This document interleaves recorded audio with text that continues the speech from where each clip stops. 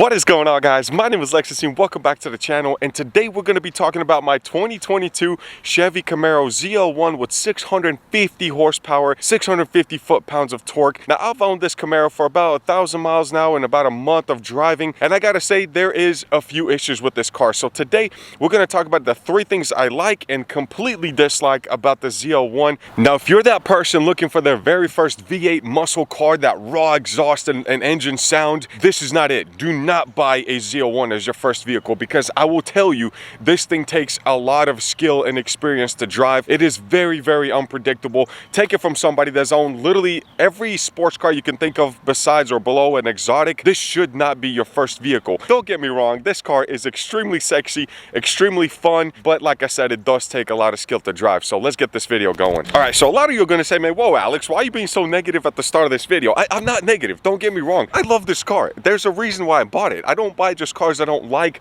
or I don't think are going to do well, or I can't build, because you guys know we do not keep anything stocked. Within a few months, this thing's going to be at 1,000 horsepower. You know how this channel goes, guys. And if you like watching performance builds, this is definitely the place to go. We have everything from 1,000 horsepower F-150, 1,000 horsepower Dodge Durango Hellcat. This will be 1,000 horsepower, and there's another vehicle that just joined the club that you guys don't know about yet that we will be doing a reveal video on next. But let's talk about this ZL1. So the very first thing on my list of things I do not like is literally pretty much half the list is on the inside. And what do I mean by that is I legitimately do not like the interior of this car. I feel like there was a team that was in charge of doing all the work on the outside and you know, styling and everything like that, or let somebody else do everything on the inside. Now, what do I mean by not liking the interior? The first thing, let's look at this, right? You open the door, you're about to purchase this car, you're a customer, you know, you're looking at a $70,000 sticker vehicle. You open the door and you see a lot of stuff going here. First off, you got Alcantara up here, right? Cool, awesome, soft, seems amazing. For some reason, I guess they couldn't afford to do the whole panel in that. Now you got aluminum trim pieces here that do have a little bit of a lighting that, cool, you know, now you got 2 different things working here. You got more Alcantara. You're like, all right, awesome, man, soft Alcantara here. You got a little handle here. You want to take a seat in here. So you go ahead and take a seat in your leather side bolsters and suede centerpiece of the seat. Okay, so you sit in here, super comfortable. I'm not gonna lie, these seats are amazing. So you're looking in here like, all right, cool, man, you got Alcantara on the steering wheel. That's awesome. I personally hate that because that wears out pretty quickly. All right, well, let's see what's going on the inside. Awesome. You got a little bit more ambient lighting here, random plastic system here, kind of a screen on here. You got Alcantara, random piece of Alcantara. This just standard plastic on the top. Okay, all right, whatever, you know, this kind of makes no sense here. Why not just do the whole thing Alcantara? But you go down here, you got a nice little soft Alcantara piece here for, you know, your legs, for your knees, because I do use that on when I drive. You move down and you got more plastics here, and then you got a random leather piece again that I have no idea why not match it with the Alcantara, right? So you have so much going on here. You have 4 different types of trim panels or pieces going. Like, let's look at it from this angle, right? Alcantara here, aluminum trim pieces here, more Alcantara, just a little patch there, more Alcantara here. You got suede and then leather. Like, why not make everything either fully suede and Alcantara or leather, or get rid of this? Like, why is there a random aluminum piece here? There's for the door handle, the ambient lighting, for the shifter, a little bit of aluminum here. It's just too much going on in this car. Like, for $70,000, I expect this thing to be in a lot more refined condition. I don't know, like, they just needed to figure it out. Like I said, it almost feels like 2 different teams working on this car, and they just threw everything in here that they had left over from maybe a C706 or ZR1. I don't know, but just feels like there's way too much different trim panels and pieces working against each other to make it not really flow very well. Now let's move on to the second thing on my list. So you did end up purchasing ZL1 because, let's be honest, you didn't buy it for the interior, you bought it for the horsepower. Now, I'm the type of person that really has to do something with this hand, right? It's got to do something. So for the most part, I do keep it down here, so you do have a little, extremely small, but you do have a little place to you know, relax your arm whenever you're doing long cruises. Sometimes, you know, 90 degrees outside, you got the window down, you want to relax, so you put your arm up here on the top of the window, right, where you rolled it down, so on top of the door panel. There's no reason why your elbow should be on the same level as your face. Why is this trim piece so high up here? Why is this door jamb so high up? Like, it's not even comfortable. Maybe you could do this for a minute or 2, but it's not a very comfortable position. Like, imagine whatever you're driving in right now, or hopefully you're not watching this and driving, but let's say you get in your car, most are about here, you know, Dodge Chargers are about the, you know, the shoulder height or so. So there's no reason you should be losing blood flow just to try to have your arm up on the door itself. Now, let's move on to the third thing on this list, and that is the infotainment system. Now, the infotainment system itself is great. Don't get me wrong, it's awesome. It's very responsive, a wireless Apple CarPlay, so it's got all that. Now, the only thing I really hate, and I bought this car sight unseen. By the way, huge shout out to Louisville Autoplex. This is where I purchased the car from, all the way out in Texas, sight unseen, because I trust the guys. This is probably my 7th or 8th vehicle I purchased it within a year. Brian and his team, Tucker and everybody there, are amazing. So just a minor shout out for them. If you're looking for a performance vehicle, definitely hit them up. I will leave a link to their website down below. But let's talk about the infotainment system. So when this thing came off the truck, I hopped in here and I was like, oh dude, sick, man. We got a little digital display there,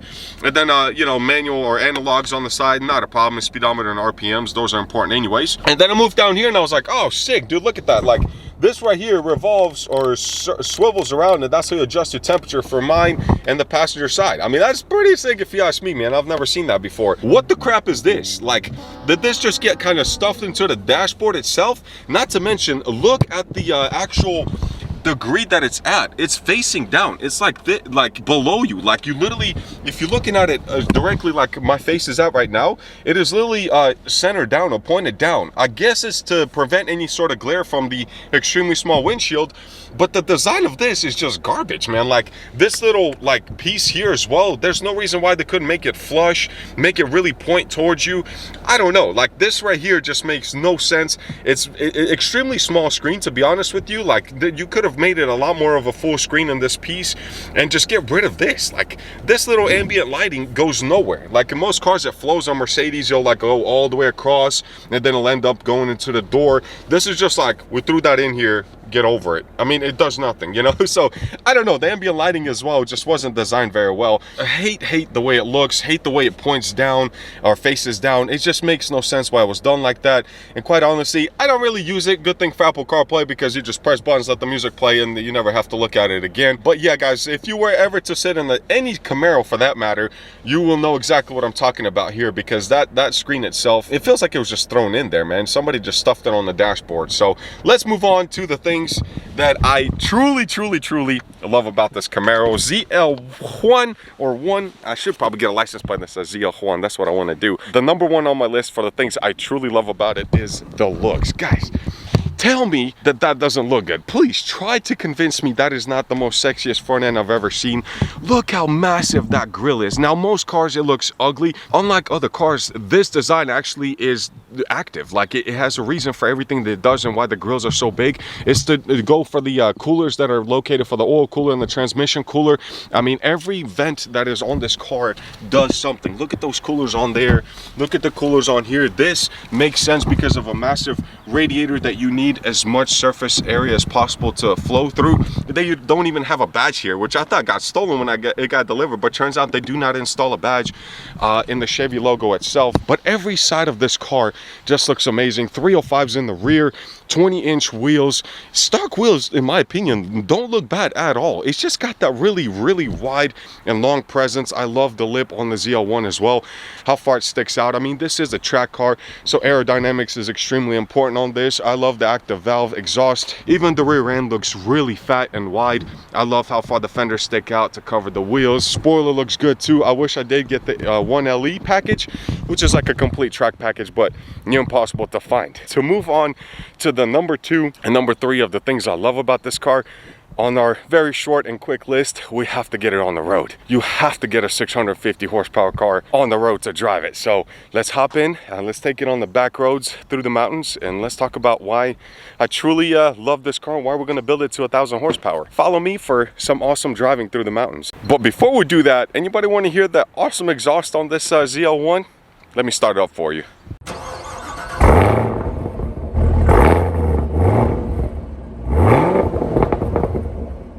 All right, so we have made it to the parkway, to the Blue Ridge Mountains, and it's a good little windy road so we can really let this thing eat. Now, 650 horsepower is no joke in any car, but especially not with an LT4 motor that is the same exact motor and powertrain setup as in a C7 Z06. Now, the only difference is this got a 10-speed transmission. Z06 has an 8-speed, if I'm not mistaken. So this 10-speed is extremely crisp when it comes to actually being able to, you know, shift through gears, get that power down. This horsepower is on another level. I am always finding myself driving in track mode in this car for a really good reason, because this thing is just so much fun. The best thing what I love about it, downshift, back pops, it sounds so good, and everything is stock on this car for now. And you can even hear that supercharger really wind up, man. God, it's such an awesome, such a fun car. I love it. I really do. This car can do 0 to 60 in like mid-3s. It just depends on traction. Now, like I said, I truly enjoy driving this thing. I really love the powertrain. I love the powertrain in the C7 Z06. When I had that, it was full bolt-ons, and quite honestly, that car was unpredictable as well. But this is just on another level of wild. This is not a vehicle that you want to take lightly. Like, it demands respect whenever you drive it. What I truly love about this car is that how much of a torque monster it is. And that's what really makes this car so unpredictable and such a wild ride, right? You can have 650 horsepower, but if you got 300 torque, man, it's never going to kick out from under you. It's never going to do any of that. And I was going to put that on my list of things I don't like, is the fact that it kicks out so hard. But again, if you know what you're doing, if you've done the research, you're not going to buy this as your first car. And if you had cars in the previously that had 600, 800,000 horsepower like I have, you kind of know how to drive this thing and make sure that it still is under control. But it doesn't take much for this thing to really show you what power it has, right? Like, I'm cruising at 38, 35 miles an hour in, let's do 6th gear, let's drop it down to like 4th, right? So this is not a car that you want to just flat foot out of nowhere, right? Even if you're doing 20 or if you're doing 50, you do not want to flat foot, because it will show you that it's got the power, and you will switch lanes without even wanting to. Drop it down to 3rd gear, 40. Yeah, no traction there whatsoever. No traction. All right, let's pass this car.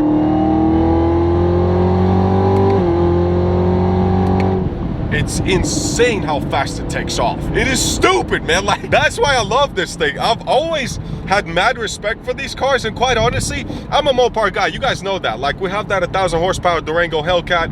We have a bunch of cars. Like, I have the F-150, which is technically a 4x4, but you can race it in rear-wheel drive as well. But this car, compared to like Hellcat Chargers that I had in Red Eyes that were like 1,000 wheel, this thing is still more wild than that Charger. And I wish Chevy can figure this out.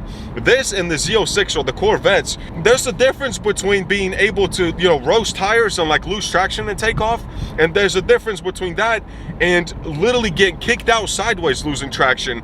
And that's worse. That's so much more dangerous, because that you will end up in a guardrail, in a ditch, if you don't know what you're doing. Yes, they have traction control and ABS and all that, but in this car, it kind of kicks on a little too late. Like, it really does. By the time it kicks you sideways and the traction control unit figures out what happened, it's too late to save the car.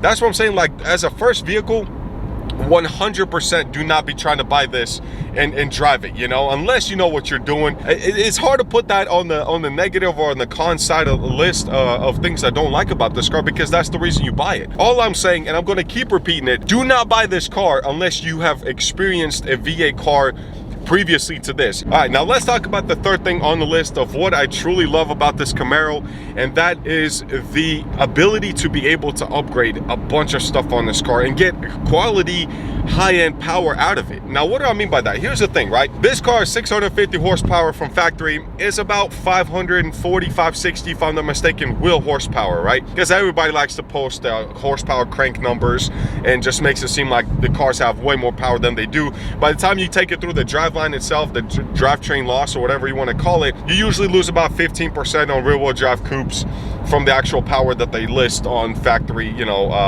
addendum stickers, whatever you want to call it. So in the Hellcat, that comes with 700 horsepower. $10,000 or so will get you, let's say $12,000 with the right wheel setup and everything like that.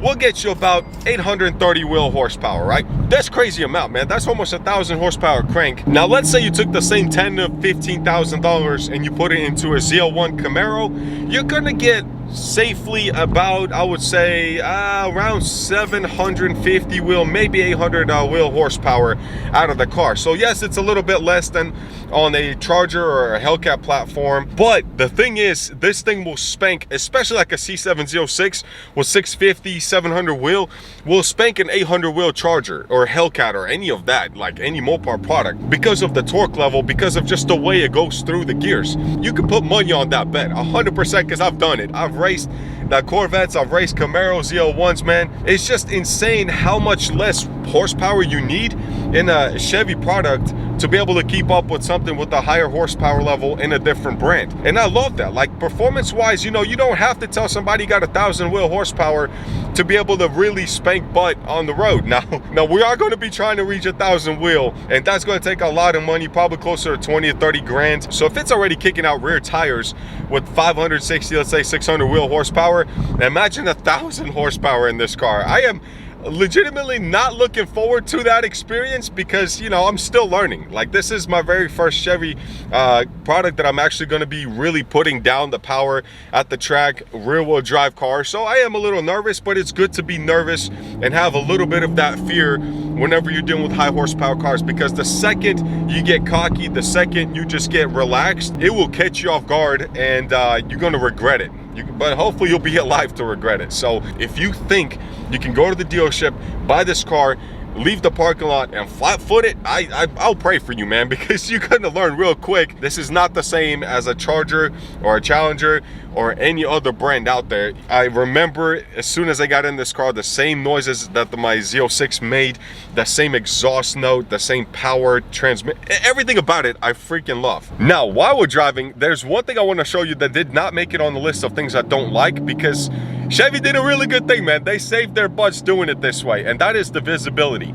You see that rear small little crack of window in the back behind me? It's pointless, man. I remember I was looking at an SS Camaro, I want to say probably 2 years ago, and I was going to buy a V8, you know, love that power, love the exterior look of it, but I was like, I was like, bro, what?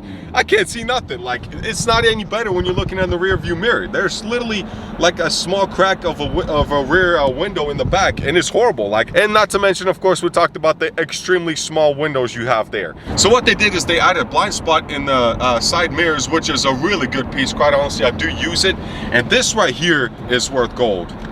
You got a digital camera, man. I promise you, this right here makes the biggest freaking difference. It makes it seem like you got a big window in the back, like you're driving an SUV, and you can see everything, man. That was such a big save, because I completely forgot that that was an issue until it got here, and I flickered that on. I was like, thank you, Chevy, for doing the right thing with visibility, knowing how tight it is in here and how you cannot see anything behind you. And we made it home, guys. So to recap, should you buy yourself a 2022 or a 2018? I think 2017 is when they started making these ZL1s. Should you buy one? I'm gonna say yes, you absolutely should. Depends what your you know, goals are with it. If you just want to buy one to enjoy it, absolutely buy one. If you want to modify it, absolutely do it, man. The car will always keep you smiling, always keep you happy. Like I said, just make sure you're making the right choices, making the right decisions when it comes to, you know, making sure this is the car for you. So definitely go and test drive one if they let you at the dealership, to make sure that you can actually enjoy it every day and not be scared of driving this car, because it will keep you on guard, 2 hands on the steering wheel pretty much at all times. But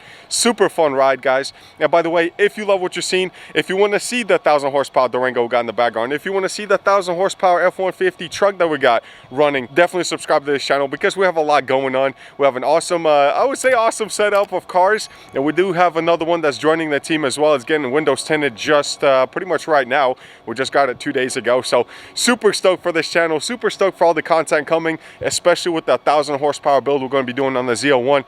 Thank you guys so much for watching. Enjoy your lives, enjoy your cars, and I will see you next time. Peace.